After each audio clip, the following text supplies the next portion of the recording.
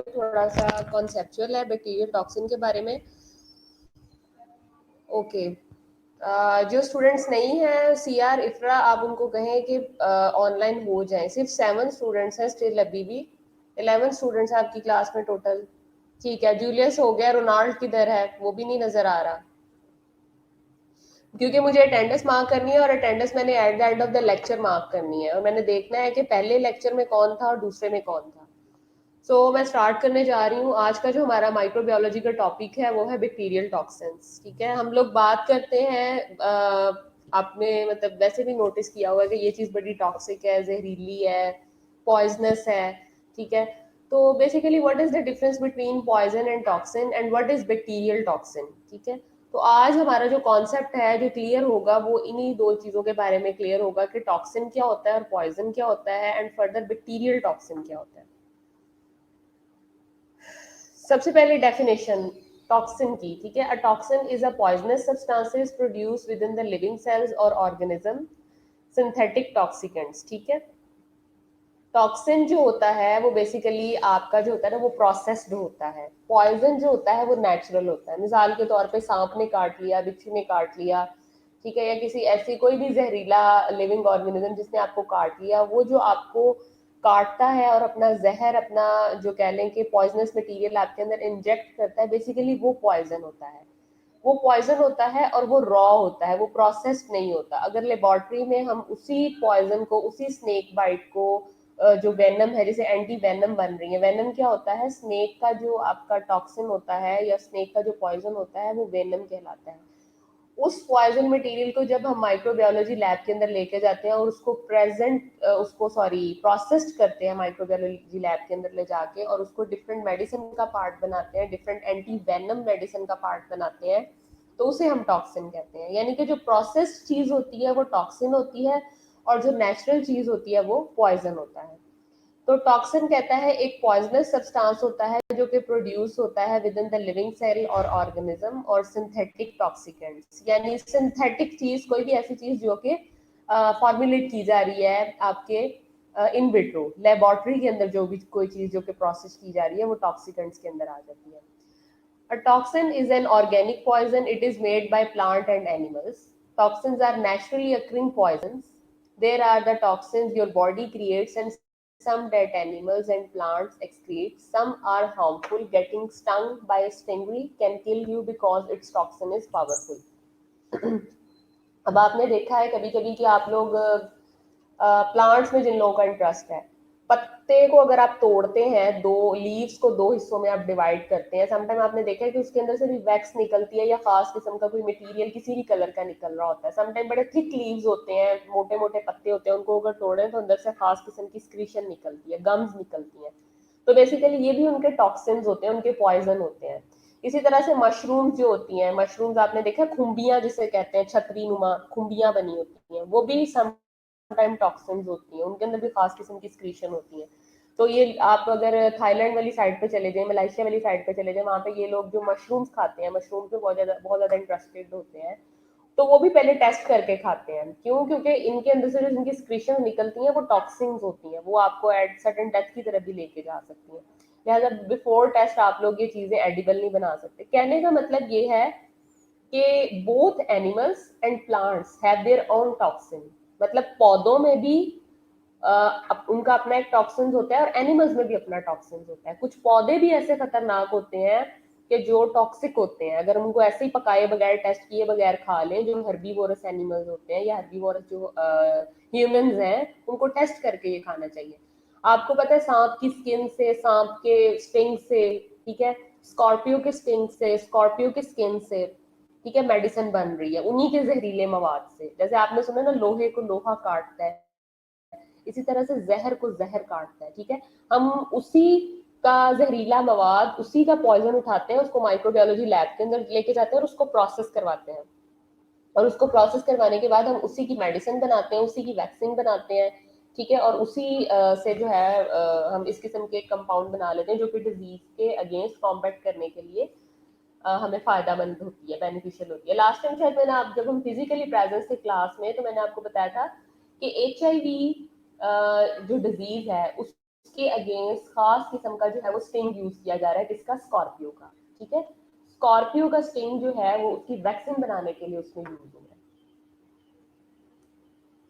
Toxins की examples उसने बताई है, बॉटुलिनम, बॉटुलिनम टॉक्सिन ए जो कि खास किस्म के बैक्टीरिया जिसको क्लॉस्ट्रीडियम बॉटुलिनम कहते हैं वो रिलीज करता है, ये उसमें यूज होता है। इसी तरह से टेटनस है, टेटनस टॉक्सिन ए प्रोड्यूस करता है, क्लॉस्ट्रीडियम टेटनाई खास किस्म का बैक्टीरिया है, क्लॉस्ट्रीडियम टेटनाई जो कि खास किस्म का टॉक्सिन प्रोड्यूस करवाता है जिसे टेटनस टॉक्सिन कहते हैं। ठीक है, अब बैक्टीरिया वो टॉक्सिन प्रोड्यूस करवा रहा है, उस टॉक्सिन को हमने क्या करना है, लेबोरेटरी में लेके जाना है और उसको हमने प्रोसेस करवाना है, और वो प्रोसेस शुदा, जैसे आप टीटी का टीका कहते हैं, टीटी इंजेक्शन अक्सर आपने देखा है रोड पे अक्सर, या वैसे हम गिर जाते हैं फौरी तौर पे डॉक्टर कहते हैं टेटनस लगवा दें, तो वो जो टेटनस है वो बेसिकली टॉक्सिन है, और वो हमने एक्सट्रैक्ट किया है क्लॉस्ट्रीडियम टेटनाई से, बैक्टीरिया का नाम है ये। ठीक है, उससे हमने एक्सट्रैक्ट किया है, और उससे एक्सट्रैक्ट करने के बाद उसको प्रोसेस करने के बाद हम फिर बॉडी के अंदर इंजेक्ट करते हैं कि अगर फॉर एग्जांपल मिट्टी में गिरने से, गंदी जगह पे गिरने से,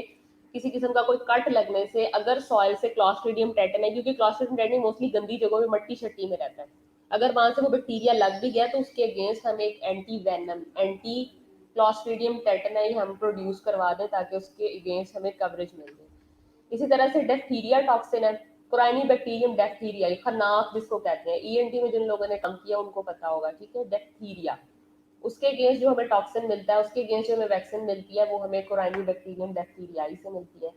इसी तरह से मस्करेनिक, मशरूम्स की मैंने बात की थी, एमेनेटा मशरूम, एमेनेटा मस्केरिया उस मशरूम का नाम है, वो खुम्बी का नाम है, छतरी नुमा वो जो खुम्बी है ना, ये जो थाई लोग खाते हैं, अफ्रीकन और दूसरे जो फॉरेन कंट्रीज के लोग जो खाते हैं, तो वो कहता है कि इसके अंदर भी खास किस्म का टॉक्सिन होता है, लिहाजा before you make it edible, उसको एडिबल बनाने से पहले, खाने के काबिल बनाने से पहले आपने उसको पहले टेस्ट कर लेना जरूरी है।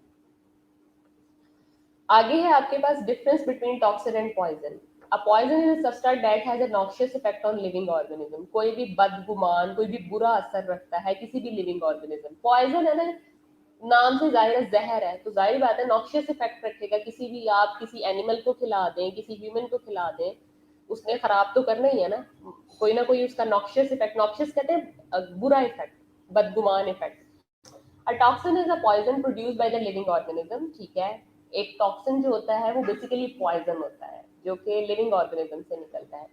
Venom is a toxin, venom मैंने आपको पहले भी बताया था, स्नेक, सांप का जो डंग होता है उससे जो उसका स्टिंग प्रोड्यूस होता है उसको वेनम बोलते हैं। तो वेनम कहता है बेसिकली एक टॉक्सिन होता है जो कि इंजेक्ट किया जाता है from a living organism into another.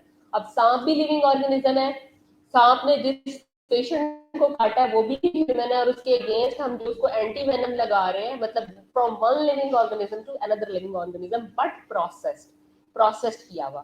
सांप ने तो काट लिया उसको उसको जो स्टिंग उसने दिया स्नेक ने ह्यूमन को, वो बेसिकली पॉइजन है। अब उसके एंटी काम करने के लिए हमने क्या दिया, प्रोसेस्ड टॉक्सिन दे दिया। अब venom therefore is a toxin and toxin is a poison. ठीक है, अब वेनम बेसिकली क्या होता है, टॉक्सिन होता है, टॉक्सिन बेसिकली क्या होता है, पॉइजन होता है, लेकिन प्रोसेस्ड होता है। Not all poison are toxin, अब सारे के सारे पॉइजन भी कुछ ऐसे होते हैं जो कि आपको नुकसान नहीं पहुंचाते। ठीक है, वो कहता है कि not all poison are toxin, सारे के सारे पॉइजन टॉक्सिन नहीं होते, not all toxin are venoms, और सारे के सारे टॉक्सिन भी वेनम्स नहीं होते। ठीक है, तो हमें पहले प्रोसेस्ड करवाना पड़ता है उन चीजों को। टाइप्स ऑफ टॉक्सिन्स, अब बहुत हमने बात कर ली पॉइजन और टॉक्सिन के बारे में। अब आपने कभी देखा है तो कभी आपने सोचा है कि बैक्टीरिया हमारी बॉडी के अंदर जब आता है, माइक्रोबायोलॉजी में जब बात करते हैं, बैक्टीरिया जब हमारी बॉडी के अंदर एंटर होता है तो वो जहर फैलाता है। ठीक है, कभी सुना है? वो पॉइजन फैलाता है, कभी सुना है ऐसा? नहीं, ये बिल्कुल ले वर्ड है, ले लैंग्वेज है, ले सेंटेंस है कि हमारी बॉडी के अंदर कोई बैक्टीरिया घुसा, हमारी बॉडी के अंदर कोई वायरल घुसा, हमारी बॉडी के अंदर कोई हमने फंगस खाई और उसने पॉइजन फैला दिया। नहीं, हम कहेंगे कि उसका टॉक्सिन है। ठीक है, तो बैक्टीरिया जब बॉडी के अंदर एंटर होता है और अपना खास किस्म का जहरीला मवाद खारिज करता है, या आपने पढ़ा था कि बैक्टीरिया हमारे लिए एज ए नॉर्मल फ्लोरा भी काम करते हैं। अब बैक्टीरिया के टॉक्सिन भी दो तरह के होते हैं, एक टॉक्सिन ऐसा होता है जो अच्छा होता है, एक टॉक्सिन ऐसा होता है जो बुरा होता है। जब एज ए नॉर्मल फ्लोरा वो हमें बेनिफिशियल इफेक्ट्स दे रहा है तो कुछ अच्छा टॉक्सिन भी प्रोड्यूस करेगा जो हमारे लिए बेनिफिशियल होगा। जब वो हमें अंदर तबाही करने के लिए आएगा, कोई बीमारी पैदा करने के लिए हमारी बॉडी के अंदर एंटर होगा, तो उस टाइम पे जो टॉक्सिन होगा वो बुरा टॉक्सिन होगा। अक्सर ये सवाल आपके बोर्ड में आ जाता है, नर्सिंग बोर्ड में, कि 10 मार्क्स का या 5 मार्क्स का, कि write down the difference between endotoxin and exotoxin. आगे इसकी टाइप, टॉक्सिन में भी क्लासिफाइड एज एक्सोटॉक्सिन, ठीक है, एंड एंडोटॉक्सिन, ठीक है। एक्सो एंड एंडो, नाम से आपने याद करना है। एक्सो मतलब एग्जिट हो जाना, दरवाजा खुला, एंड एग्जिट बाहर, यानी कि बैक्टीरिया के किसी भी आउटर स्ट्रक्चर से जो भी हमने टॉक्सिन निकालना है, एक्सट्रैक्ट करना है, वो एक्सोटॉक्सिन के अंदर आ जाता है, ठीक है। इसकी उसने एग्जांपल दी है ब्यूफोटॉक्सिन, ठीक है। एज इट इज आपने नाम याद रखना है। कोई आपसे पूछ ले वाइवा में या वैसे कि write down the name of the any exotoxin, you will write down the bufotoxin is the exotoxin. Endotoxin that's are structurally part of bacteria, for example botulinum. Endotoxin में उसने ब्यूटेलिनम की बात कर दी है। The most toxic compound is the toxin botulinum, और सबसे ज्यादा टॉक्सिक कंपाउंड जो है उसने बात किया कि वो ब्यूटेलिनम है, और वो एक एंडोटॉक्सिन है, ठीक है। एक्सोटॉक्सिन क्या है? Exotoxin is toxin secreted by bacteria, ठीक है। And exotoxin can cause damage to the host by destroying cells or disrupting normal cellular metabolism। यानी एक्सोटॉक्सिन जो है वो क्या करता है कि किसी भी होस्ट की जो नॉर्मल सेलुलर मेटाबॉलिज्म होती है उसको डिस्टर्ब कर देता है और सेल्स को डिस्ट्रॉय करता है। They are highly potent and can cause major damage to the host. ये वो टॉक्सिन है जो कि रियली हार्मफुल है, और ये रियली कह लें कि आपका जो होस्ट सेल्स है उसको डैमेज करने में इसका बहुत ज्यादा रोल है, एक सिग्निफिकेंट रोल है। क्यों? क्योंकि सारी की सारी जो सेलुलर मेटाबॉलिज्म है, सेलुलर मशीनरी जो है, वो उसको डिस्टर्ब कर रहा है होस्ट की, ठीक है। तो ये ज्यादा पोटेंट है, ये वो वाला एक्सोटॉक्सिन है जो खतरनाक है। एक्सोटॉक्सिन मे बी सिक्रेटेड और सिमिलर टू द एंडोटॉक्सिन, ठीक है, may be release during the lysis of the cell. खास तौर पे जब सेल लाइसिस हो रहा होता है ना, बैक्टीरियल सेल्स जब फट रहा होता है, डिवीजन हो रही होती है, तो उस टाइम पे जो हमें टॉक्सिन प्रोड्यूस होता है, उस टाइम पे जो टॉक्सिन रिलीज होता है वो एक्सोटॉक्सिन होता है, ठीक है। Example includes diphtheria, exotoxin produced by Corynebacterium diphtheria. Diphtheria कहते हैं खुनाक को, गले की बीमारी है, ईएनटी का एक बैक्टीरिया, ये ईएनटी की डिजीज है जो कि कौन करवाता है? कोराइनिबैक्टीरियम डिप्थीरियाई कराती है। तो कोराइनिबैक्टीरियम डिप्थीरियाई जो अपना टॉक्सिन प्रोड्यूस करती है वो किस कैटेगरी के अंदर आता है? वो एक्सोटॉक्सिन की कैटेगरी के अंदर आता है, ठीक है। और क्या है, जैसा कि हमने पढ़ा, वो हार्मफुल है, नुकसान पहुंचाता है। इसी तरह से कॉलरा, विब्रियो कॉलरा, आपको पता है बरसात का मौसम आया और क्या हुआ कि उसने सारी की सारी गट मोटिलिटी को चेंज कर दिया। विब्रियो कॉलर डायरिया करवाता है ना, वो भी एक एंटीरोटॉक्सिन है, ठीक है। एंटेरिक फीवर आपने शायद नाम सुना होगा। जितनी भी जो जीआईटी के बैक्टीरिया है ना, वो नॉर्मल फ्लोरा है, या जीआईटी को इफेक्ट करने वाले जो बैक्टीरिया इवन हार्मफुल भी है, वो इंटेरिक के अंदर आते हैं। इंटेरिक वर्ड यूज होता है आपकी गट के लिए। इंटेरिक फीवर आपने अक्सर सुना होगा, डॉक्टर डायग्नोस करते हैं इंटेरिक फीवर हो गया, तो उसी से वर्ड निकला इंटेरोटॉक्सिन। यानी कि जो गट का आपका टॉक्सिन है, जो गट में रहने वाले बैक्टीरिया का जो टॉक्सिन है, वो इंटीरोटॉक्सिन है। क्या करता है आपको पता है? विब्रियो कॉलरा, जब आपको कॉलरा करवाता है, कॉलरा डिजीज करवाता है, यानी कि डायरिया करवाता है बरसात के मौसम में, वेरी कॉमन इन पाकिस्तान, तो इलेक्ट्रोलाइट्स ऑल ऑफ सडन आपको पता है डायरिया स्टार्ट हो जाता है, इतना पानी बॉडी से निकल जाता है, आप डिहाइड्रेट हो जाते हो, फौरन से आपको ओआरएस और नॉर्मल सलाइन वगैरह पे शिफ्ट करना पड़ता है। तो वो यही कह रहा है, कॉज और loss of electrolytes and water resulting in diarrhoea, ठीक है। इसी तरह से परट्यूसिस है, बॉर्डीटेला परट्यूसिस, ठीक है। Shiga toxin produced by species of Shigella, ठीक है। ये सारी की सारी एंटेरिक फीवर डिजीज है, Vibrio cholera, Bordetella pertussis and Shigella, ठीक है। शिगीला उस बैक्टीरिया का नाम है जो कि कौन सा टॉक्सिन प्रोड्यूस करता है? शीगा टॉक्सिन प्रोड्यूस करता है, ठीक है। शकीला से याद रखें, अगर आपकी कोई कुलीग है शकीला या कोई भी है, तो उससे आपने याद रखना है शकीला से, शगीला। तो शगीला जो टॉक्सिन प्रोड्यूस करता है उसको शीगा टॉक्सिन बोलते हैं। थोड़े से माइक्रोबायोलॉजी के अंदर बैक्टीरियल नेम्स हैं, वो थोड़े से आपको स्टार्ट में थोड़ी डिफिकल्टी जरूर महसूस होंगे, लेकिन जब आप लेक्चर को 3-4 दफा 5 दफा पढ़ेंगे, रेपिटेटिवली पढ़ेंगे, तो आपको बैक्टीरिया के नाम आहिस्ता आहिस्ता याद होने शुरू हो जाएंगे, ठीक है। आप इसको अपने तरीके से भी याद कर सकते हैं, लेकिन अब आपका सब्जेक्ट है, आपने इसको पढ़ना है, तो आपने इन बैक्टीरिया के नाम भी लर्न करने हैं, ठीक है। जैसे बॉर्डीटेला परट्यूसिस है, शकीला से शगीला है, एंटीरोटॉक्सिन है, विब्रियो कॉलर है, ये तो आप सबको ही ऑलमोस्ट पता होगा। कोराइनी बैक्टीरियम डिप्थीरियाई है, ठीक है। या आपने एज इट इज ऐसे याद करने हैं। कोई कंफ्यूजन हो आप मुझसे पूछ सकते हैं, ठीक है। आप अपना जो है वो रिफ्रेश करें नेट।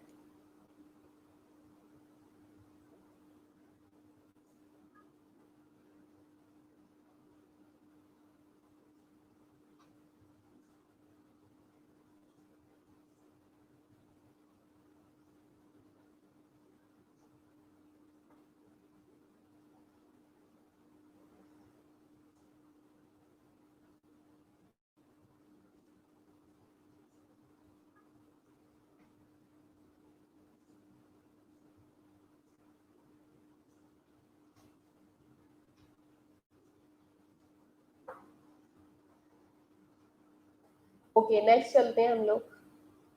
नेक्स्ट है आपके पास एंडोटॉक्सिन। एक्सो पे हमने काफी बात की। एंडोटॉक्सिन कहता है is a type of the pyrogens and is a component of the exterior cell wall of the gram-negative bacteria like E. coli. Endotoxin is a lipopolysaccharide or LPS. LPS stand for lipopolysaccharide. LPS consists of a lipid A portion containing fatty acid and disaccharides, phosphate, core lipopolysaccharide and the O antigen. Okay. Endotoxin नाम से जाहिर है endo, inside of the bacterial body, ठीक है। Gram negative bacteria, endo से याद रखें N आ गया ना बीच में, नेगेटिव। ग्राम नेगेटिव बैक्टीरिया खास किस्म की प्रोटीन जो है वो प्रोड्यूस करते हैं, जिनको हम पायरोजेंस कहते हैं, और ये एक्सटीरियर सेल वॉल से निकलती हैं। अक्सर आपने देखा होगा कि डॉक्टर जब टेस्ट लिखवाते हैं ना तो उसमें एक पायरोजन टेस्ट भी होता है, ठीक है। आपकी लैब के अंदर एक पायरोजन का भी कंपोनेंट होता है। पायरोजन प्रोटीन होती है, खास किस्म की प्रोटीन होती है जो कि सिर्फ इन्फेक्शन की सूरत में रेज होती है जब ESR रेज होता है।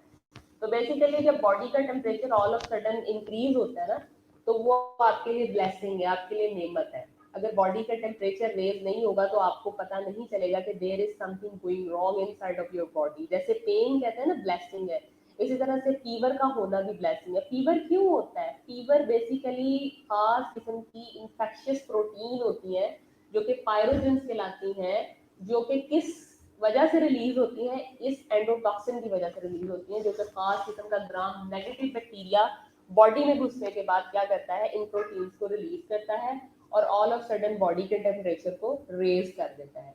जिसकी वजह से हम कहते हैं कि हमें कोई ना कोई बॉडी में इन्फेक्शन चल रहा है। अक्सर आपने सुना होगा, देखा होगा कि अगर कोई टेम्परेचर रह रहा हो तो हम ये कहते हैं कि यार इस बंदे को, इस पेशेंट को टेम्परेचर चल रहा है अभी डायग्नोसिस से पहले, there is going some infection inside of that particular patient, isn't it? तो एंडोटॉक्सिन जो होता है वो याद रखें कि हमेशा ग्राम नेगेटिव बैक्टीरिया प्रोड्यूस करवाते हैं, ठीक है। अब आगे उसने एंडोटॉक्सिन की थोड़ी सी केमिस्ट्री बताई है कि वो किस चीज से मिलकर बना हुआ है। उसने वर्ड यूज किया LPS। LPS stands for lipopolysaccharide. अब बहुत लंबा नाम है, लेकिन आपने इसको कन्वर्ट कर लेना है, इसको आपने सेक्शंस में डिवाइड कर लेना है। लाइपो से देखें क्या समझ आता है, लिपिड। पोलीसेक्राइड क्या है? लाइपो अलहदा कर लें, पोली अलहदा कर लें, सेक्राइड अलहदा कर लें। लाइपो मतलब लिपिड, पोली मतलब बहुत ज्यादा, और सेक्राइड कार्बोहाइड्रेट का एक ग्रुप है, यानी कि something which is made up of combination of lipid and carbohydrate, ठीक है। तो लाइपोपोलीसेक्राइड, या आप इसका सिंपल निमोनिक याद कर लें। Endotoxin most of the time is composed of LPS, ठीक है।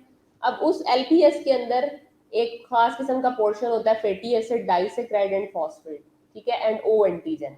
एंटीजन वो पार्ट है एंडोटॉक्सिन का जो कि रिस्पॉन्सिबल है, जो कि नोटोरियस है उस फीवर को करवाने के लिए, उस पायरोजन प्रोटीन्स को रिलीज करवाने के लिए, ठीक है। आगे देखें एंडोटॉक्सिन की अब examples. Endotoxin is occasionally used to refer to any cell associated bacterial toxin. In bacteriology, it is properly reserved to refer to the lipopolysaccharide complex associated with outer membrane of gram-negative pathogens such as E. coli, Salmonella, Shigella, Pseudomonas and Neisseria gonorrhea. Okay, endotoxin जो है वो usually उसने ये कहा है कि gram negative bacteria release करवाते हैं। अब जितने भी आपके गट के बैक्टीरिया है ना जो कि आपकी गट को मुतासिर करते हैं, जिसमें साल्मोनेला है, शगीला है, इकोलाई है, स्यूडोमोनास है, नसेरिया वगैरह है, ठीक है। यानी कि जो एंटेरिक फीवर करवाते हैं, एंटेरिक फीवर में डायरिया भी हो सकता है, एंटेरिक फीवर में आपके पास टाइफाइड भी हो सकता है। इंटेरिक फीवर से रिलेटेड जितने बैक्टीरिया जो है वो मोस्ट ऑफ द टाइम वो कहते हैं उनका टॉक्सिन जो होता है वो एंडोटॉक्सिन होता है। अक्सर आपने देखा है कि अगर जब आपको डायरिया होता है या लूज मोशन स्टार्ट होते हैं तो सबसे पहले क्या होता है, बॉडी टेम्परेचर रेज हो जाता है ना। वो क्यों हो जाता है? इन पायरोजेंस की वजह से रेज हो जाता है, ठीक है। तो ये जो कंडीशन, क्लिनिकल कंडीशन आती है, ये इन एंडोटॉक्सिन की पायरोजन रिलीज करने की वजह से आती है। and we will got it कि there is going something in your inside of your body gram negative bacteria, ठीक है। ओके ये वो टेबल है जो कि बहुत इंपॉर्टेंट है और ये आपने मुझे बना के भी दिखाना है। मैंने आपकी असाइनमेंट भी सेट कर दी है आपके उसके ऊपर, मूडल के ऊपर। तो पहले पढ़ाना जरूरी था, लिहाजा मैं आपको ये बता रही हूँ। ये बहुत इंपॉर्टेंट है, ये 5 नंबर का, 7 नंबर का, 10 नंबर का, समटाइम वाइवा में भी आपसे पूछ लेते हैं। So difference between endo and exotoxin. Exotoxin क्या है? Secreted mainly by gram positive bacteria. अगर एंडोटॉक्सिन ग्राम नेगेटिव रिलीज कर रहे हैं तो 100% एक्सोटॉक्सिन कौन रिलीज करेगा? ग्राम पॉजिटिव करेंगे, ठीक है। ये एक मेजर डिफरेंस आ गया। केमिकल कंपोजिशन वो हमने पढ़ा है, अभी पढ़ा है हमने रिसेंटली कि वो एलपीएस है उनकी कंपोजिशन। वो जिस चीज से मिलकर बना होता है एंडोटॉक्सिन वो एलपीएस है। निमोनिक हमने पढ़ा है, lipopolysaccharide. It means combination of lipids and carbohydrates. Polysaccharides carbohydrates होते हैं। एक्सोटॉक्सिन किस चीज से मिलकर बना होता है? एक्सोटॉक्सिन जो होता है ना वो प्रोटीन इन नेचर होता है, लेकिन एंडोटॉक्सिन लिपिड इन नेचर होता है। प्रोटीन इन नेचर क्या होती है? किसी भी प्रोटीन का मिलकर बना हुआ होता है, ठीक है। एक्टिविटी, पोटेंट टॉक्सिन यानी कि बहुत ज्यादा हाईली पोटेंट है। पोटेंट मतलब बहुत ज्यादा इजीली, मतलब ये काम करता है, बहुत आसानी से काम शुरू कर देता है। और जो आपका एंडोटॉक्सिन है वो रिलेटिवली लेस पोटेंट है, ठीक है। वो ज्यादा इतना ज्यादा पोटेंट नहीं है, यानी वो इतना ज्यादा नुकसान भी नहीं पहुंचाता जितना आपका एक्सोटॉक्सिन पहुंचाता है। Symptom produce specific and specifically on the target cell, that's why nerve muscles, ठीक है। ये सिंपल जाके अपने टारगेटेड एरिया को ही हिट करता है। मतलब अगर नर्व की कोई इन्फेक्शन है तो नर्व का करवाएगा, यानी जहां पे जिस चीज का इन्फेक्शन है टारगेटेड एरिया पे जाके हमला करता है। क्यों? क्योंकि इसके रिसेप्टर वहां पे मौजूद होते हैं। मैंने आपको पहले भी लास्ट लेक्चर में भी शायद बताया था कि हमारी बॉडी के अंदर, एक ह्यूमन बॉडी के अंदर उतने नॉर्मल ह्यूमन सेल्स रिसेप्टर मौजूद नहीं है जितने बैक्टीरियल रिसेप्टर मौजूद है। ये अल्लाह ताला की कुदरत है, खुदा की कुदरत है ये, कि हमारी ह्यूमन बॉडी के अंदर उतने ज्यादा नॉर्मली ह्यूमन सेल रिसेप्टर मौजूद नहीं है जितने कि हमारी बॉडी के अंदर बैक्टीरियल रिसेप्टर मौजूद है, ठीक है। सो नॉर्मल फ्लोरा भी है, और जब हमारी इम्यूनिटी फॉल करती है, हम अपॉर्चुनिस्टिक इन्फेक्शन लेते हैं, जरा सी डाइटिंग की या कोई बीमार हो गए, इम्यूनिटी फॉल की, तो वो दोबारा से हमारे बॉडी के अंदर एक्टिवेट होना शुरू हो जाते हैं वो रिसेप्टर। अच्छा जी, एंडोटॉक्सिन की बात करते हैं। Produce generalize symptoms like fever ETC. मैंने आपको पहले ही बताया कि endotoxin most of the time कब प्रोड्यूस करता है? नेगेटिव बैक्टीरिया और फीवर की सूरत में। स्टेबिलिटी मतलब स्टेबल कितना है? अगर एंडोटॉक्सिन या एक्सोटॉक्सिन दोनों में से किसको हीट दी जाए तो कौन सा ज्यादा स्टेबल है? प्रोटीन वाला कम स्टेबल होगा, क्यों? और लिपिड वाला ज्यादा स्टेबल होगा। वजह, प्रोटीन जो होती है उसको थोड़ा सा टेम्परेचर दे वो डी नेचर हो जाती है। कैसे? कभी आपने घर में फ्राई एग खाया, अंडा फ्राई करके खाया?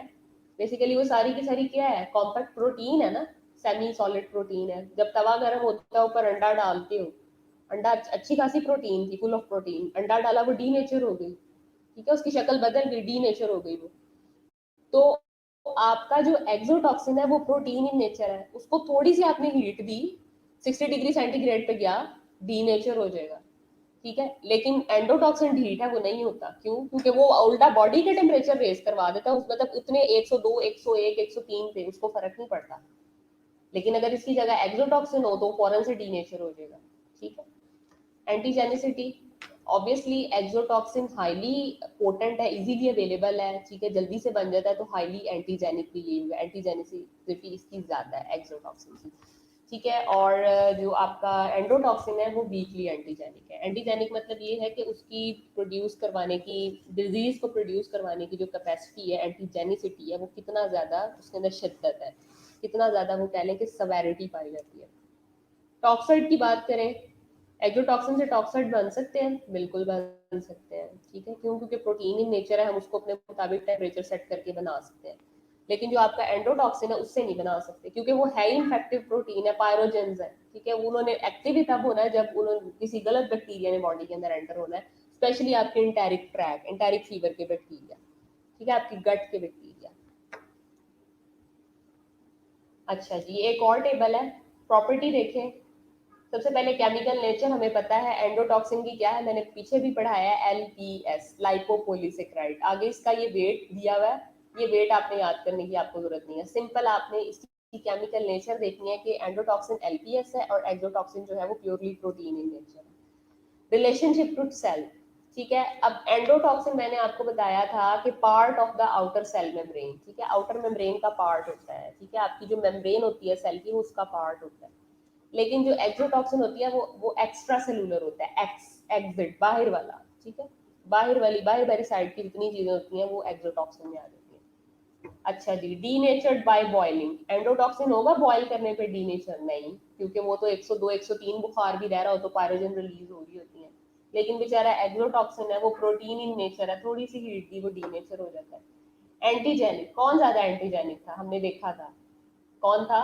एक्सोटॉक्सिन सबसे ज्यादा एंटीजेनिक था, एंटीजेनिसिटी इसकी ज्यादा थी। क्यों? क्योंकि ये पोटेंट ज्यादा है, इजीली अवेलेबल है, इजीली बैक्टीरिया अपना आउटर पार्ट छोड़ देता है, ठीक है। और लेस पोटेंट या लेस एंटीजेनिक कौन सा है आपका? एंडोटॉक्सिन है, ठीक है। टॉक्साइड किससे बन सकता है? एंडोटॉक्सिन से बन सकता है। एक्सोटॉक्सिन से टॉक्साइड बन सकता है, सॉरी एंडोटॉक्सिन से नहीं बन सकता, एक्सोटॉक्सिन से बन सकता है क्योंकि पोटेंसी उसकी ज्यादा अच्छी है। स्पेसिफिसिटी की बात करें तो स्पेसिफिसिटी किसकी ज्यादा होगी? ऑब्वियसली एक्सोटॉक्सिन की ज्यादा होगी, हाई डिग्री। क्यों? क्योंकि उसकी पोटेंसी ज्यादा है, पोटेंट ज्यादा है वो। और आपका एंडोटॉक्सिन जो है वो लो डिग्री के लिए पोटेंट होगा। एंजाइमेटिक एक्टिविटी, कौन एंजाइम्स, एंजाइम्स क्या होते हैं? एंजाइम्स बेसिकली वो खास किस्म के रिएजेंट्स होते हैं जो बॉडी के अंदर केमिकल रिएक्शंस को स्पीड अप करने के लिए, केमिकल रिएक्शंस को प्रोसेस करने के लिए यूज होते हैं, ठीक है। मिसाल के तौर पे लिपिड की डाइजेशन के लिए खास किस्म का एंजाइम यूज होता है, प्रोटीन की डाइजेशन के लिए खास किस्म का एंजाइम यूज होता है, ठीक है, जो कि उसको फेवरेबल बनाता है। सही है। सो एक्सोटॉक्सिन की जो इंजाइमेटिक एक्टिविटी होती है वो खास तौर पे बहुत अच्छी होती है, लेकिन हो मतलब प्रेजेंट होती है इंजाइमेटिक एक्टिविटी। एंजाइम्स याद रखें सारे के सारे प्रोटीन इन नेचर होते हैं, कोई भी एंजाइम्स लिपिड नहीं होता, ठीक है। तो फिर जाहिर सी बात है एंजाइमेटिक एक्टिविटी के लिए कौन सी चीज एक्टिव होगी? एक्सोटॉक्सिन होगा। और एंडोटॉक्सिन में कोई इस किस्म की प्रॉपर्टी नहीं पाई जाती।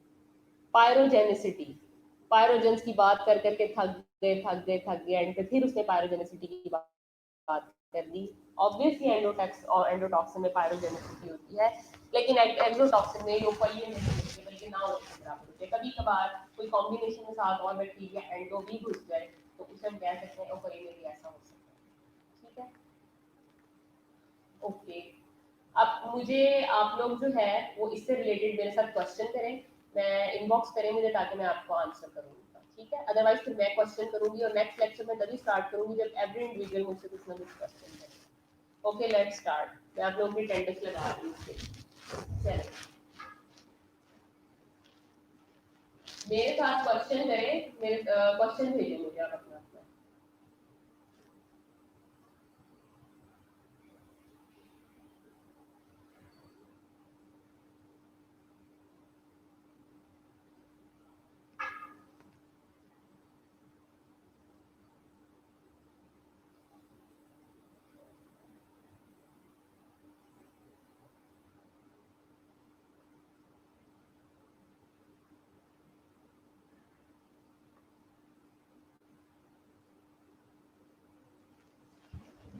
पायरोजेनिसिटी, ओके हबीबा, पायरोजेनिसिटी जो होती है ना,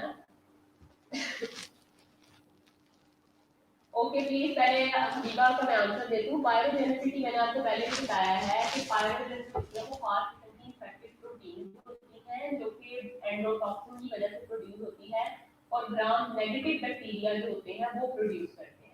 तो पायरोजेनिसिटी ये है कि how much pyrogenic protein, how much bad harmful protein are produced by which group of toxin. तो वो एंडोटॉक्सिन है जो कि पायरोजेनिसिटी रिलीज करता है, ठीक है। ओके सादिया, सादिया मैंने आपको पहले भी बताया है कि जो पॉइजन होता है ना वो नेचुरल होता है। मिसाल के तौर पे किसी शख्स को, किसी पेशेंट को स्नेक ने काट दिया, ठीक है, स्नेक ने काट दिया या स्कॉर्पियो ने काट दिया, ठीक है। तो उस टाइम पे उसका जो काटा हुआ जहर है वो पॉइजन कहलाएगा। लेकिन अगर इसी पॉइजन को, इसी स्नेक के काटे हुए पॉइजन को, इसी स्कॉर्पियो के काटे हुए पॉइजन को मैं लेबोरेटरी में उठा के ले जाती हूँ, माइक्रोबायोलॉजी लैब के अंदर ले जाती हूँ, ठीक है, उसको मैं जाके प्रोसेस भी कर लेती हूँ, ठीक है, उसकी उसकी वायलेंसी को खत्म कर देती हूँ, उसकी शिद्दत को खत्म कर देती हूँ, ठीक है, और उसको मैं यूज करती हूँ as a antidote. Antidote समझते हैं ना आप लोग? तो जो एंटी टॉड यूज होना होता है वो टॉक्सिन होता है। उसमें लेक्चर में भी बताया है कि मोस्टली जो टॉक्सिन होते हैं वो सिंथेटिक होते हैं। सिंथेटिक ऐसी चीज होती है कि जो नेचुरली प्रेजेंट नहीं होती, उसको मोस्ट ऑफ द टाइम आप in vitro outside of the body lab के अंदर, माइक्रोबायोलॉजी लैब के अंदर उसको प्रोसेस करके यूज करते हैं। तो this is called toxin. Not every, अब कुछ पॉइजन भी ऐसे होते हैं कि जो रॉ फॉर्म में अच्छी सूरत में होते हैं, यानी कि उनको माइक्रोबायोलॉजी लैब के अंदर नहीं लेके जाना पड़ता, ठीक है, वो ऐसे यूज हो जाते हैं, वो as it is raw as a toxin का काम कर रहे होते हैं। तो उसने ये भी पीछे लेक्चर में बताया कि not every poison is a toxin, ठीक है, and not every toxin is a poison. मतलब हमें देखना पड़ता है, प्रोसेस करवाना पड़ता है।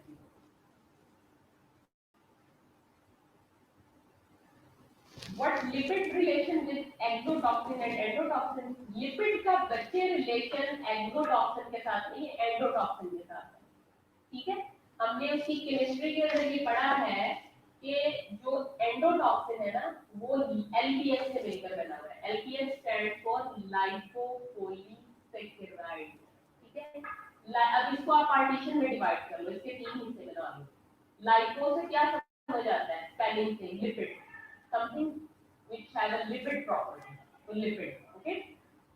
पॉलीसेकेराइड जो है ना वो ग्रुप ऑफ कार्बोहाइड्रेट है। कार्बोहाइड्रेट के एक ग्रुप को हम पॉलीसेकेराइड बोलते हैं। तो जो आपका एंडोटॉक्सिन है वो जिन दो मेजर कंपाउंड से मिलकर बना होता है, वो नेचर में आधे चिकनाई के बने होते हैं और आधे कार्बोहाइड्रेट के बने होते हैं, और उनके अंदर एक ओ एंटीजन होती है जो कि उस खास किस्म की बीमारी को कॉज करने के लिए बदनाम होती है। तो lipopolysaccharide मतलब something which is made up of combination of lipids and carbohydrates, और हमने उसको निमोनिक बना लिया LPS, lipopolysaccharide, ठीक है। और मुझे क्वेश्चनिंग चाहिए आप लोगों से, एवरी पर्सन 14 सवाल मुझे चाहिए। कितने लोग हैं आप लोग? 11 जिनका कॉन्सेप्ट क्लियर होता जा रहा है वो मुझे बताते हैं प्लीज।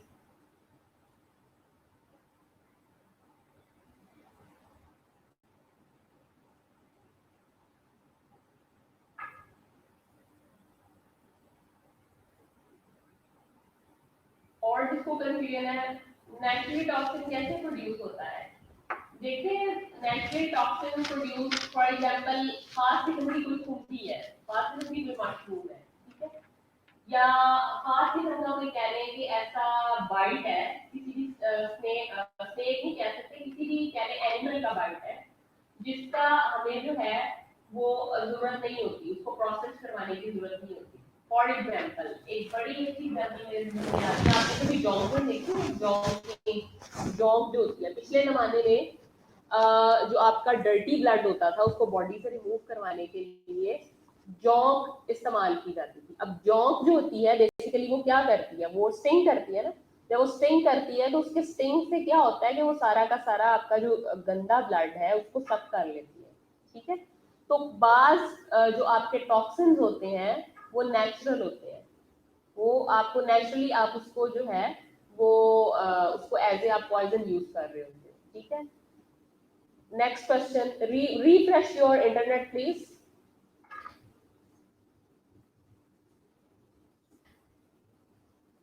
मतलब उनको हमें माइक्रोबायोलॉजी लैब के अंदर ले जाने की जरूरत नहीं होती। मैं आप लोग उधर मिस माहाज से कहें वो हो जाएगी, मैं उनको दे देती हूँ, और आपके जो मूडल पे जो भी अकाउंट है उसके ऊपर लेक्चर ऑलरेडी जो है वो पेस्ट है, आप उसको वहां से भी पढ़ सकते हैं, ठीक है, उसमें कोई इशू नहीं है। ओके, मुझे सिर्फ क्वेश्चन बहुत कम मिल रहे हैं, मैं नेक्स्ट लेक्चर तभी स्टार्ट करवाऊंगी once you will give me a question, ठीक है, क्योंकि मुझे भी पता चले कि मैंने जो इतना लेक्चर आपको दिया है अभी उसमें क्या आप लोगों को समझ आई है। अभी तक मेरा ख्याल 3-4 सवाल आए हैं, बाकी लोग भी मेरे से क्वेश्चन करें, मैंने इसी बेस पे आप लोगों की अटेंडेंस लगानी है। और इनफैक्ट रोनाल्ड आज आप बड़े ही अरसे के बाद आए हो, ठीक है, तो आपकी तो पिछली सारी एब्सेंट जाएगी, ठीक है। तो मतलब जो जो बच्चा मुझे आज नजर आ रहा है, न्यू फेसेस नजर आ रहे हैं, उनकी पिछली सारी जो है वो एब्सेंट जाएगी अब। और जो एक्टिवली पार्टिसिपेट कर रहे हैं मुझे वो भी नजर आ रहा है। तो क्वेश्चन मी प्लीज। इफ्रा का कोई सवाल नहीं है। इफ्रा क्वेश्चन करें, आपके पास टाइम है जल्दी से, ताकि हम अपना नेक्स्ट लेक्चर स्टार्ट करें। इसी पे आपकी अटेंडेंस होनी है।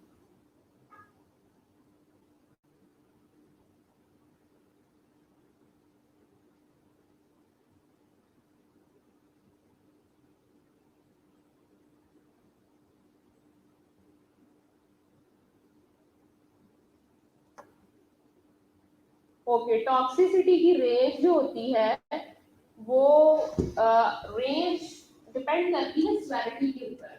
यानी कि जो आपको स्टिंग मिला है, लाइक स्नेक का स्टिंग है, वो स्कॉर्पियो का स्टिंग है, वो किसी आम भेड़ का स्टिंग है, भेड़ ये जो हशरात होते हैं उसका स्टिंग है, ठीक है। या कह लें कि आपको मतलब स्वेरिटी पे डिपेंड करता है कि how much swear is that living organism. Antidote antidote antidote ये है, मैंने आपको पहले ही बताया था, टॉक्सिन और antidote are always almost same thing in a sense कि हमने प्रोसेस करवाना है ना पॉइजन को, ठीक है। एंटीडॉट में भी हम बेसिकली प्रोसेस्ड पॉइजन को यूज कर रहे होते हैं। जैसे आपने कभी सुना है, मैंने पहले भी मुहावरा बोला है, लोहे को लोहा काटता है, ठीक है। तो आपने उसकी जो वेरुलेंसी है उसको खत्म कर देना होता है, उसको कम वायरुलेंट कर देना होता है, उसकी शिद्दत जो बीमारी कॉज करने की है ना वो कम कर देनी होती है। एंटीजेनिसिटी उसकी रहती है, ठीक है, लेकिन वेरुलेंसी उसकी कम हो जाती है। तो there is no significant difference between toxin and antidote. Antidote basically ये होता है कि हम जब हम सॉलिड मेडिसिन बनाते हैं या solid liquid semi solid fluids बनाते हैं और उसमें हम जब एंटीटॉड यूज करते हैं तो उसे हम कह देते हैं कि ये एंटीटॉड है, ठीक है, उस दवाई को, उस सेमी लिक्विड को, ठीक है। लेकिन टॉक्सिन जो होता है वो प्रॉपरली क्या होता है, in the form of injectable form में भी हो सकता है वो, ठीक है, तो उसे टॉक्सिन कहते हैं। एंटीडॉट नेचुरली प्रोड्यूस नहीं होते, बिल्कुल भी नहीं होते। एंटीडॉट मस्ट बी, मतलब उसको हमें किसी शेप में देना पड़ता है, उसको टैबलेट की शेप में देना पड़ता है, कैप्सूल की शेप में देना पड़ता है, किसी सेमी सॉलिड फ्लूइड की शेप में देना पड़ता है, कोई ना कोई जो होती है उसकी शेप होती है। Antidote and toxins both are almost same, but not a poison. Poison is something else, poison is raw, ठीक है। पॉइजन भी एज ए रॉ बेनिफिशियल हो सकता है, लेकिन इट डिपेंड्स कि वो किसका है और किस पर्पस के लिए यूज हो रहा है, ठीक है। वेरी गुड, मुझे बहुत अच्छा लग रहा है आप लोग कर रहे हो क्वेश्चन। नेक्स्ट और क्वेश्चन आए मेरी तरफ ताकि मैं अटेंडेंस मार्क करूं। Come on class post basic जल्दी से, क्योंकि हमारा फिर नेक्स्ट लेक्चर इससे ज्यादा और इंटरेस्टिंग है। ये बताएं कि कितना इंटरेस्टिंग आपको लगा ये आज का लेक्चर, मुझे ये बताएं जरा, कितनी समझ आई है आपको इसकी, ये मुझे बताएं।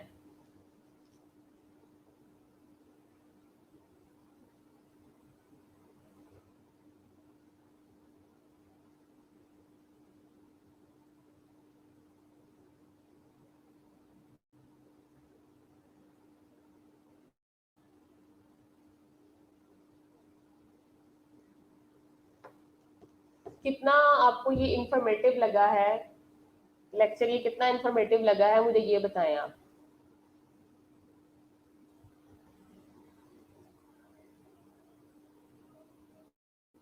Okay, I can understand, difficult थोड़ा सा है, मैंने इसे कहा है ना, जब आप इसको 4-5 दफा बेटा पढ़ोगे तो इंशाल्लाह समझ आ जाएगा। इसमें कुछ बैक्टीरियल टर्मिनोलॉजीज है, जैसे कुराइनी बैक्टीरियम की बात हुई, बॉटुलिनम की बात हुई, ठीक है, और आपके इसके अलावा एलपीएस की बात हो गई, ठीक है। ये थोड़ी चीजें आपके लिए अभी न्यू है। शिगीला है, शिगीला शीगा टॉक्सिन जो था वो इंशाल्लाह आहिस्ता आहिस्ता, सारी बात है रिसर्च से बेटर है। रिसर्च क्या, रिसर्च का लेक्चर इतना मुश्किल लग गया था क्या?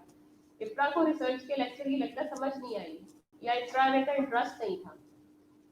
कितने लोगों को रिसर्च की लेक्चर की कल की समझ आई है?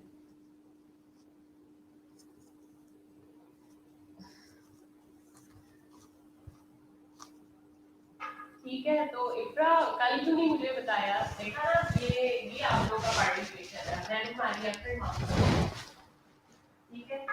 रिसर्च थोड़ा सा बोरिंग होता है ऑब्वियसली, अब वो इस इंटरेस्टिंग तो नहीं होता, सब्जेक्ट पे बेस कर रहा होता है। माइट भी टफ लगे, लेकिन अगर किसी किस्म की कोई टफनेस हो तो तुम मुझे कॉल कर लिया करो, कॉल करके पूछ लिया करो, कोई मसला नहीं है। ज़्यादा से टाइम भी आप ले लो।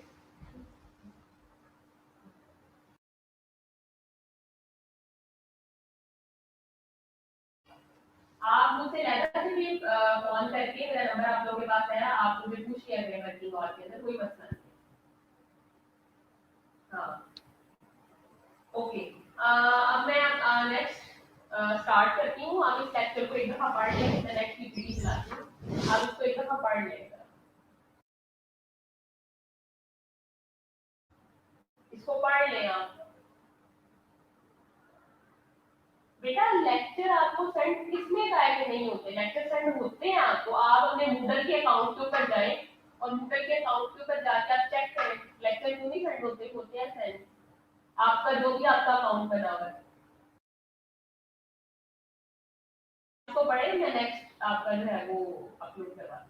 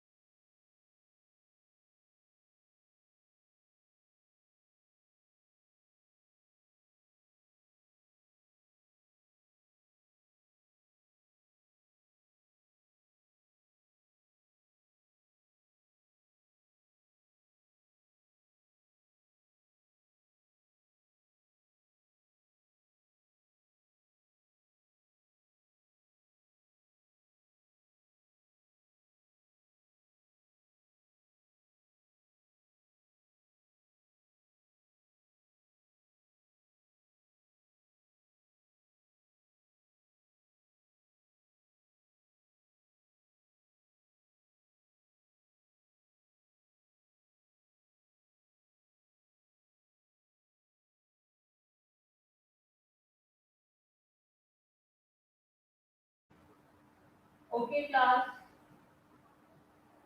नेक्स्ट पीपीटी आपको शो हो रही है? मैसेज करें मुझे एक बार।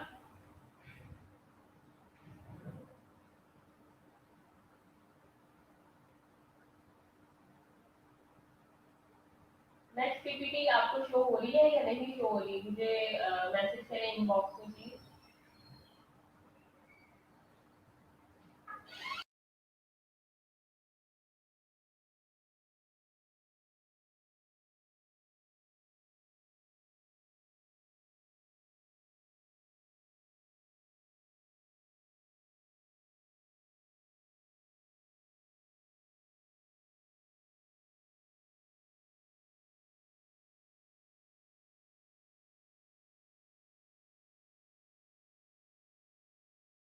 ओके, बस नेक्स्ट आपको हो रही है पीछे से पीपीटी, अभी मिल जाए तो।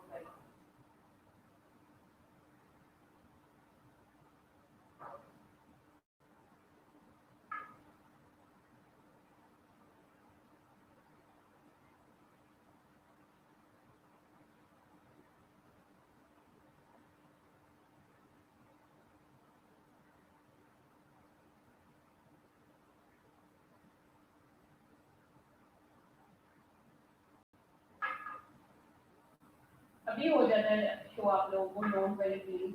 अभी हो रही है, बस एक मिनट।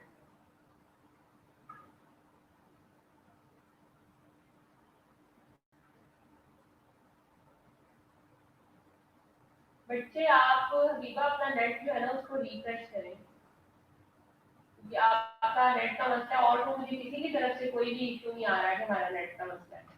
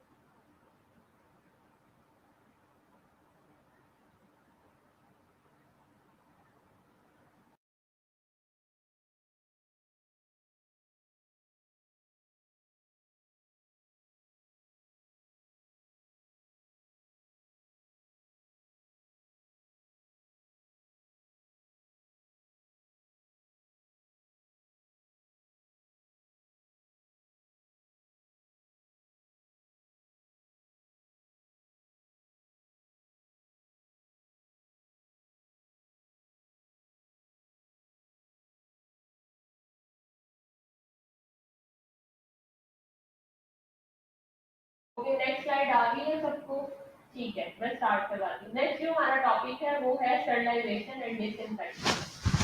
अच्छा, अब स्टरलाइजेशन एंड डिसइंफेक्शन के बारे में आपने काफी पढ़ा है, जैसे कि we are health care provider, हम लोग हेल्थ केयर प्रोवाइडर हैं और क्या कहते हैं, हम लोगों जितना मेरा ख्याल है हम लोग सारा दिन स्टरलाइजेशन और डिसइंफेक्शन के बारे में बात करते हैं, शायद ही कोई करता होगा क्योंकि हम हॉस्पिटल सेटअप में काम कर रहे हैं और फ्रंट फुट पे। और आजकल जिस तरह से ये एपिडेमिक कोरोना आई हुई है और हम लोग जिस तरह से कोरोना के लिए इतना ज़्यादा वो गाउनिंग, ग्लविंग और हैंड सैनिटाइजिंग और बार बार हैंड वॉश करना, तो मेरा ख्याल अब तो जितनी इस एपिडेमिक की आने की वजह से हमारी एक्सरसाइज हो गई है स्टरलाइजेशन और डिसइंफेक्शन पे, मेरा ख्याल उससे पहले कभी नहीं हुई। ठीक है, अब ठीक हो गई है आवाज? ओके, चलें, वेल डन। ठीक है, तो स्टरलाइजेशन और डिसइंफेक्शन दोनों में डिफरेंस क्या है, चले देखते हैं कि क्या डिफरेंस और कैसे होती है। Definition: Sterilization refers to any process that eliminates, removes, kills, or deactivates all forms of life and other biological agents such as fungi, bacteria, viruses, spores, forms, prions, unicellular, eukaryotic organisms such as Plasmodium present in the specified region। ठीक है, कहता है कि ऐसा process जिसमें हम क्या करते हैं, एलिमिनेट कर देते हैं, मतलब खत्म कर देते हैं, रिमूव कर देते हैं। ठीक है, एक ही मतलब है लेकिन लिटिल बिट डिफरेंस है और बड़ा ही सिग्निफिकेंट डिफरेंस है। किल कर देते हैं, डीएक्टिवेट कर देते हैं all forms of life and other biological agents. ठीक है, यानी कि ऑल फॉर्म्स ऑफ लाइफ का मतलब ये होता है, एक होता है बैक्टीरिया, बैक्टीरिया यानी कि जो हमें बाहिर नजर आ रहा होता है, एक वो होता है जो उसका स्पोर होता है, स्पोर मतलब जिससे वो बनता है। तो स्टरलाइजेशन ऐसा प्रोसेस है जो कि ऑल फॉर्म ऑफ लाइफ को खत्म कर देता है, बैक्टीरिया को भी खत्म करता है और उनके स्पोर्स को भी खत्म कर देता है। लेकिन डिसइंफेक्शन में ऐसा नहीं होता। डिसइंफेक्शन जो है वो आपकी ऑल फॉर्म ऑफ लाइफ को नहीं खत्म करता। डिसइंफेक्शन बैक्टीरिया को जरूर रिमूव कर देता है, एलिमिनेट कर देता है, लेकिन उनके स्पोर्स को खत्म नहीं करता। ठीक है, स्पोर्स को डिसइंफेक्ट नहीं करता। अब ये जो डिसइंफेक्शन हम फर्श के ऊपर करते हैं, ये फ्लोर्स को करते हैं, तो ये हम फ्लोर्स को स्टरलाइज तो नहीं ना कर सकते, हम फ्लोर्स को डिसइंफेक्ट करते हैं, फिनाइल से करते हैं और चीजों से करते हैं। ठीक है, लेकिन जो स्टरलाइजेशन है, स्टरलाइजेशन कहता है रेफर्स टू, मैं बार बार इसकी डेफिनेशन के ऊपर इसलिए जोर दे रही हूँ कि very important, very important. Sterilization refers to any process that eliminates, removes, kills और deactivate all forms of life। forms of life का मतलब ये है कि बैक्टीरिया और बैक्टीरिया जिन स्पोर से निकलते हैं इवन उनको भी, एंड अदर बायोलॉजिकल एजेंट जिसमें फंजाई है, बैक्टीरिया है, वायरसेस हैं, स्पोर्स हैं, प्रियॉन्स हैं। प्रियॉन्स कहते हैं खास किस्म की, ये भी इस किस्म के एजेंट्स होते हैं जो कि डिजीज कॉज करते हैं, इनको एंटीजन भी बोल सकते हैं। उसमें यूनिसेलुलर भी आ जाते हैं, यूकैरियोटिक ऑर्गेनिज्म भी आ जाते हैं, यानी कि एक सेल पे मोहित ऑर्गेनिज्म भी आ जाते हैं और यूकैरियोटिक भी आ जाते हैं। स्टरलाइजेशन उन सबको free from all these antigens और इन स्पेसिफाइड रीजन कर देती है। This is called sterilization. अब हर चीज का जैसे एक प्रोटोकॉल होता है, हर चीज का जैसे एक प्रिंसिपल होता है, इसी तरह से स्टरलाइजेशन का भी एक प्रिंसिपल होता है। स्टरलाइजेशन कहता है इज द किलिंग और removal of all the microorganism including bacterial spores which are highly resistant. मैंने पीछे भी यही आपको बात बताई थी कि बैक्टीरिया रिमूव होना is not a big business. Bacteria जिस स्पोर से बनते हैं, ठीक है, जिस चीज से वो बनते हैं, उनका मरना, उनका खत्म होना बहुत ज्यादा इंपॉर्टेंट है। और बैक्टीरियल स्पोर इतने ढीठ होते हैं कि वो हाई टेम्परेचर पे और इनाम डिसइंफेक्टेंट से वो नहीं जाते, चिमटे रहते हैं, वो नहीं उतरते। स्टरलाइजेशन एक ऐसा प्रोसेस है जो कि उन बैक्टीरिया, उन माइक्रो ऑर्गेनिजम्स को तो रिमूव करता ही करता है, लेकिन उन स्पोर्स का भी सत्यानाश कर देता है, उन स्पोर्स को भी खत्म कर देता है जो कि हाईली रेजिस्टेंट होते हैं, हाईली ढिठाई के साथ वहां पे बैठे हुए होते हैं। ठीक है, तो कहता है sterilization is usually carried out by autoclaving. सब हॉस्पिटल्स में है, ओटी में सबकी अगर रोटेशन हुई है, सबको पता है ऑटोक्लेव क्या है। ऑटोक्लेव बेसिकली प्रेशर कुकर के प्रिंसिपल के ऊपर काम करने वाला एक खास किस्म का, कह लें कि आपने देखा होगा वो है ऑपरेटस है, जिसके अंदर आप क्या करते हो, लिनन को कर लेते हो स्टरलाइज, आप यूटेंसिल्स को कर लेते हो, आप और जितने भी आपके ये जो फॉरसेप्स हैं, जितने भी आपके औजार हैं जो कि आपके इसमें यूज होते हैं ओटी के अंदर, वो सारे के सारे किसमें होते हैं, वो ऑटोक्लेव के अंदर होते हैं, जितने भी डेंटल इक्विपमेंट्स हैं। ठीक है, क्योंकि इन्होंने फौरी तौर पे इंटरेक्ट करना होता है बॉडी के साथ, लिहाजा स्टरलाइज करना बहुत इंपॉर्टेंट है। तो 121 डिग्री सेंटीग्रेड टेम्परेचर होता है और 15 मिनट के लिए और 15 पास्कल प्रेशर होता है। ये स्टरलाइजेशन का कह लें कि प्रिंसिपल है, ये आपने याद रखना है। ये नहीं याद रखेंगे तो कुछ नहीं होगा। ठीक है, टेम्परेचर कितना है 121 डिग्री सेंटीग्रेड, प्रेशर कितना है 15 पास्कल, और कितने मिनट के लिए 15 मिनट के लिए आपने जो है वो उसको बंद करके उन चीजों को, जिस चीज को आपने स्टरलाइज करना है आपने उसको करना है, और उस 15 मिनट के बाद आपने उसको निकाल देना है। प्रेशर कुकर, जिस तरह हम घर में खाना बनाते हैं प्रेशर कुकर के अंदर, स्पेशली फीमेल जो कि प्रेशर कुकर यूज करती हैं, ये उसके प्रिंसिपल के काम ऊपर, उस प्रिंसिपल पे काम करता है। क्या होता है कि आप उसके अंदर एयर जनरेट करते हैं, उसको जैम पैक करके टाइट करके, बिल्कुल ठीक है, जब वो इसके अंदर एयर प्रोड्यूस होती है तो वो प्रेशर इतना होता है कि वो प्रेशर के साथ हर चीज जो है वो खत्म हो जाती है, स्पोर्स भी किल हो जाते हैं। ठीक है, इसी तरह से स्टरलाइजेशन भी जो होती है,